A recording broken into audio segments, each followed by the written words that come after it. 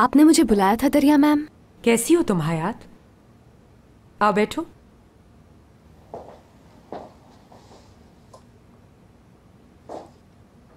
मुझे पता चला है कि दीदम और तुम्हारे बीच कोई बहस हुई है। मुझे नहीं पता कि दीदम ने आपसे क्या बात की है, इसलिए मैंने तुम्हें बुलाया है। सच क्या है मैं तुमसे जानना चाहती हूँ। मेरी एक दोस्त ने नर्स से पूछा था वहाँ पर। उसने बताया कि दीदम ने पैसे दिए थे उसे फेक प्रेगनेंसी टेस्ट के। इसका मतलब यह है कि दीदम मैम प्रेग्नेंट नहीं है। दरिया मैम, मेरी और दीदम की कोई पर्सनल दुश्मनी नहीं है। मेरी बात आप समझ रही हैं ना?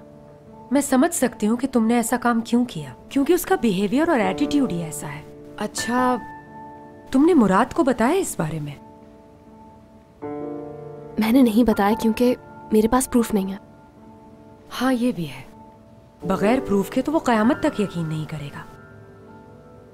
हैरत है कैसा फ्रॉड किया इस लड़की ने हमारे साथ। कितना मासूम समझ रहे थे हम उसको। यानी मुराद को हासिल करने के लिए किसी भी हद तक जा सकती है वो लड़की। देखो जरा, इतनी शेमलेस प्लानिंग कोई कर सकता है भला? बेचारे दुरूक और मुराद अपनी कैंपेन में इतने ज्यादा मसरूफ हैं कि उनसे तो इस वक्त बात करना ही फजूल है। हयात तुम बेफिक्र रहो। ठीक है, जैसे आप कहें। अगर अब कोई और बात सामने आए तो मुझे सबसे पहले बता देना डियर। ठीक है मैम।